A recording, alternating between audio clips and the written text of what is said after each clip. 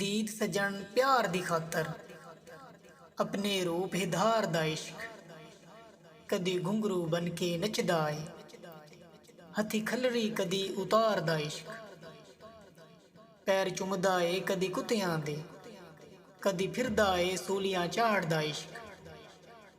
छुरी पुत्र दे गले ते रखदा ए छाला अग अंदर कदी मारदा इश्क जहरां पी जांदा मारां खा जांदे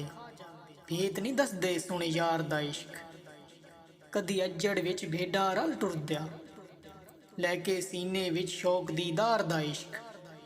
कदी लैला राह आखे फकीर बनदा सदका यार तू मंगदा यार दा इश्क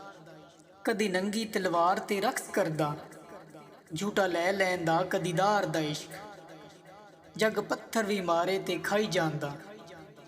फुल शबली दा नहीं सहार दा इश्क कैनात अंदर रंग है न दे कईयां रंगां अंदर कईयां शक्लां दे विच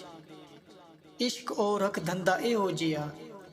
जेड़ा रह नहीं सकदा अकलां दे विच।